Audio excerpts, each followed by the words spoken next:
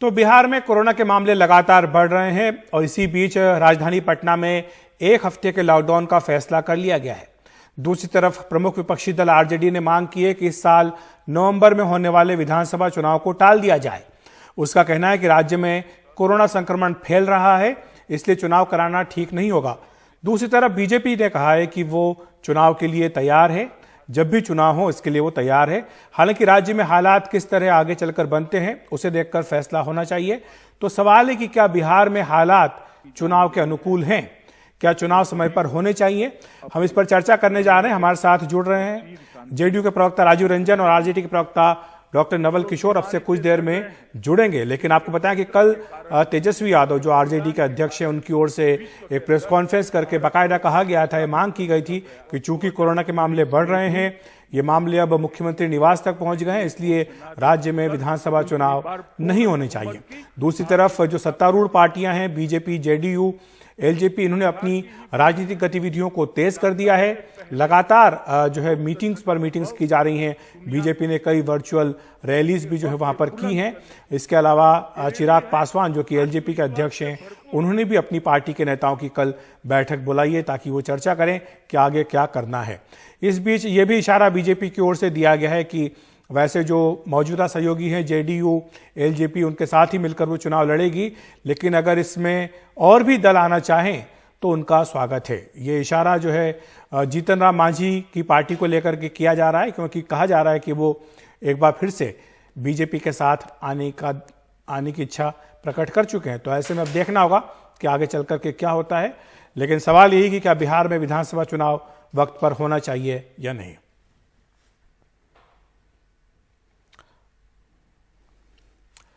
तो यही सवाल है। और आपको बताएं कि जो हालात कोरोना से बने थे लॉकडाउन के, इस बीच महाराष्ट्र में भी एक संकट खड़ा हुआ था, जिसके बाद ये फैसला किया गया था कि वहां पर विधान परिषद के चुनाव करा लिए गए थे। इसके बाद हमने देखा था कि पूरे देश में राज्यसभा के चुनाव भी हुए थे। हमारे साथ जेडीयू के प्रवक्ता राजीव रंजन जुड़ गए पटना से। राजीव जी, आपका स्वागत है। जो कल मांग की गई है आरजेडी की ओर से, जिसमें वो कह रहे हैं कि विधानसभा चुनाव अब नहीं होने चाहिए, टाल दिए जाने चाहिए, क्या आपको नहीं लगता है कि इस मांग पर विचार होना चाहिए, क्योंकि हालात जो है वो बेकाबू हो रहे हैं? कल ही पटना में लॉकडाउन करने का फैसला किया गया है। देखिए, सबसे पहली बात तो यह है कि लॉकडाउन निसंदेह जो स्थितियां है उसके अनुरूप ये निर्णय पटना के जिला प्रशासन ने लिया है। चुनाव को लेकर कोई भी फैसला भारतीय निर्वाचन आयोग को करना है। राजनीतिक दलों से वो निरंतर परामर्श कर रहे हैं और जो भी सुझाव देना है वो तेजस्वी यादव निर्वाचन आयोग को दे सकते हैं।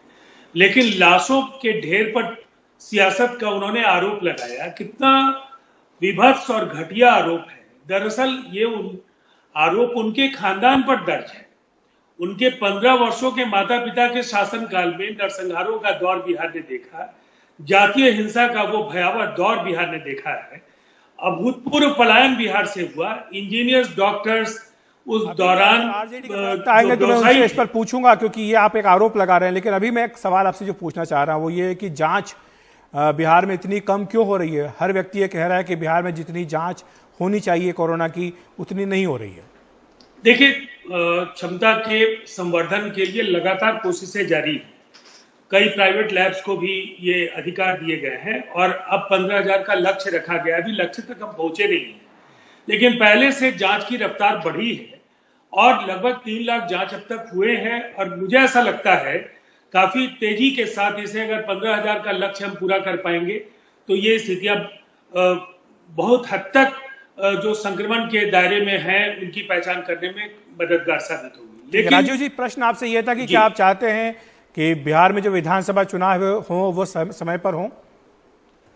देखिए, मुझे ऐसा लगता है कि चुनाव में आरजेडी को ये पता है कि उनका पतन होना अवश्यंभावी है और उनको पूरी तरह से लोकसभा चुनाव में जिस तरह से बिहार की जनता ने नकारा, हालात उससे बेहतर नहीं दिख रहा है। उससे ज्यादा स्थितियां बिगड़ी है। उनकी पार्टी में भी काफी क्षोभ बढ़ा है और गठबंधन के साथियों में भी काफी निराशा है। लेकिन हम चाहते हैं कि चुनाव कराने की स्थिति है तो चुनाव जरूर होने चाहिए, इसलिए कि एक सामान्य तौर पर कोरोना काल में बिहार के चुनाव को लेकर जो सावधानियां बरतने की गुंजाइश है, उस पर लगातार पार्टियों से वो परामर्श कर रहे हैं कि टूथपिक के जरिए या जो बैलेट पोस्टल बैलेट में 65 साल को 80 वर्ष के बजाय 65 वर्ष तक की सीमा और कोविड संक्रमितों को भी पोस्टल बैलेट की अनुमति मिले। कुछ ऐसे फैसले हैं जिससे काफी हद तक सोशल डिस्टेंसिंग का पालन करके चुनाव कराए जा सकते हैं, लेकिन निर्णय भारतीय निर्वाचन आयोग को लेना है और चुनाव आयोग से ही अपेक्षा राजद की होनी चाहिए। हमारी सरकार या नीतीश कुमार जी पर जो भी उनके आरोप हैं वो सियासत से प्रेरित हैं और ऐसे आरोपों के लिए तेजस्वी जी की जो लगातार बयानबाजियां हैं वो कहीं ना कहीं उससे उनकी साख ही कमजोर हो रही। तो ऐसा तो नहीं है जो आरजेडी में आप जो जिसका आरोप लगा रहे हैं कि आरजेडी में हालात, अंदरूनी हालात ठीक नहीं है, आप उसका फायदा उठाना चाहते हैं, इसीलिए आप समय पर चुनाव कराने की बात कह रहे हैं? देखिए, मुझे ऐसा लगता है अगर एक नेता को लेकर पार्टी के अंदर ये भरोसा खत्म हो जाए कि वो पार्टी और गठबंधन की अगुवाई करने में सक्षम है, वो चुनाव जिता नहीं सकते हैं, तो निस्संदेह एक भगदड़ की स्थिति उनकी पार्टी में बनी है और इसके लिए उनको आत्ममंथन करना चाहिए। हमें कसूरवार ठहराने के बजाय अपना इतिहास एक बार देख लें। माइनॉरिटी गवर्नमेंट चलाने का जो दौर रहा है लालू जी का और जिस तरह से पार्टियों को वो तोड़ते रहे हैं, उसके बाद इस तरह के आरोपों का कोई औचित्य नहीं है। नीतीश कुमार जी के नेतृत्व में बिहार के सभी राजनीतिक दल काम करना चाहते हैं। राजनीतिक दलों के नेताओं की इच्छा है कि वो एक बार फिर राज्य के मुख्यमंत्री बने और कई बार पार्टी लाइन से अलग हट करके ऐसे बयान भी आते हैं, तो ये उन पार्टियों के अंदर अगर निराशा का वातावरण है तो उन्हें आत्ममंथन करना चाहिए। हम इसके लिए जिम्मेवार नहीं। हमारे साथ आरजेडी के प्रवक्ता डॉक्टर नवल किशोर भी जुड़ गए हैं फोन लाइन के जरिए। डॉक्टर किशोर, आपसे ये जानना चाहूंगा कि क्या वजह है कि आप चाहते हैं कि चुनाव समय पर ना हो? नहीं, देखिए, आरजेडी की समझ ये है कि जिस महामारी के दौर से हम गुजर रहे हैं, पूरा बिहार में आप देखेंगे कि तरह तरह की समस्याएं हैं।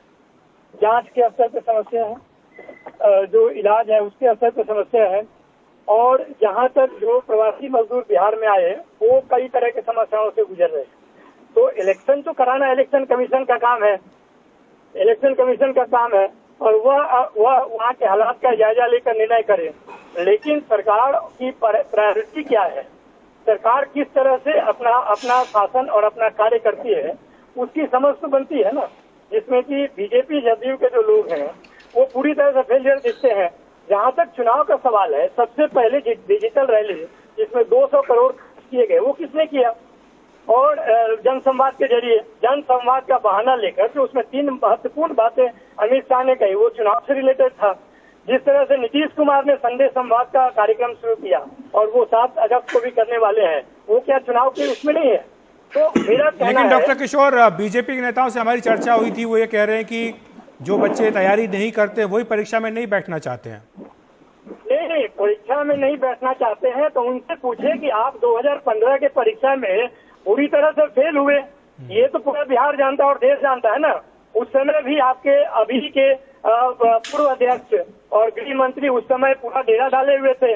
प्रधानमंत्री ने तरह तरह के लुभावने वायदे किए, आरा के मन से उन्होंने 1,75,000 की घोषणा की, फिर भी बिहार की जनता ने उनको तीसरा स्थान दिया। तो फेल कौन होता है ये तो पूरे राजनीति में चर्चित है। पर वो तो इसलिए हुआ था ना कि पिछली बार नीतीश जी आपके साथ थे। नीतीश जी इस बार बीजेपी के साथ चले गए हैं। नहीं, नीतीश जी बीजेपी के साथ चले गए हैं वो उनको बीजेपी के पास कोई विकल्प नहीं है, वो समझे।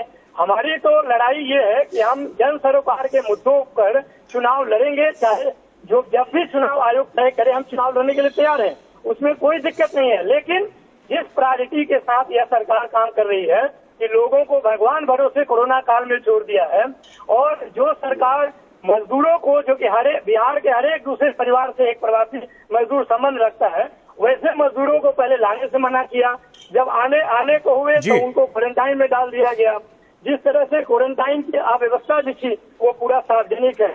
ठीक है डॉक्टर किशोर, मैं आपने जो आरोप लगाए हैं सरकार के ऊपर, मैं इस पर जल्दी से राजू जी की एक प्रतिक्रिया ले लेता हूं।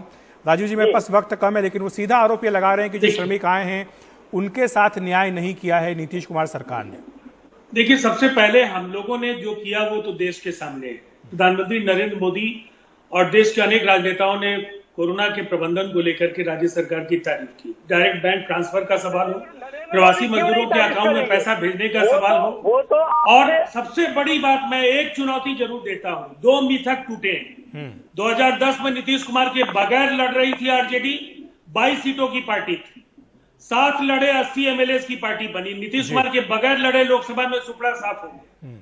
तो ये फिर से इतिहास दोहराने जा रहा है। 2020 में पहली चुनौती है, 22 एमएलए भी नहीं जिता पाएंगे आप, नेता प्रतिपक्ष बनाने के लायक। तो ये तो तभी तय होगा राजीव जी और नवल किशोर जी जब चुनाव होंगे, लेकिन अभी तो यही सवाल है, प्रश्न चिन्ह लगा हुआ है कि चुनाव वक्त पर होंगे या नहीं होंगे, क्योंकि कम से कम आरजेडी कांग्रेस इनकी ओर से यह स्पष्ट कर दिया गया है कि वो नहीं चाहते हैं कि बिहार में चुनाव फिलहाल हो, क्योंकि कोरोना को लेकर हालात काबू में नहीं है। और कम से कम जिस तरह से पटना में 1 हफ्ते के लिए लॉकडाउन लगाने का फैसला किया गया है, उससे यह बात साबित होती भी है। राजीव जी, आपका हमारे साथ जुड़ने के लिए शुक्रिया। डॉक्टर नवल किशोर, आपका भी बहुत बहुत धन्यवाद।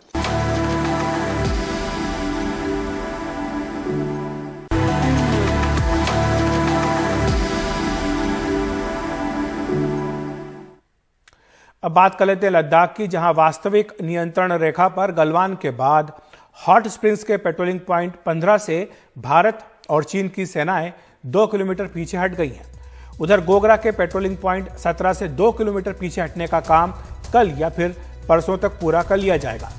सबसे अधिक विवादित पैंगोंग सो इलाके में फिंगर 4 इलाके में भी चीनी सेना के पीछे हटने से जुड़ी कुछ हलचल जरूर दिखाई दी है, लेकिन चीनी सेना अब भी यहां ऊंची पहाड़ियों पर जमी हुई है।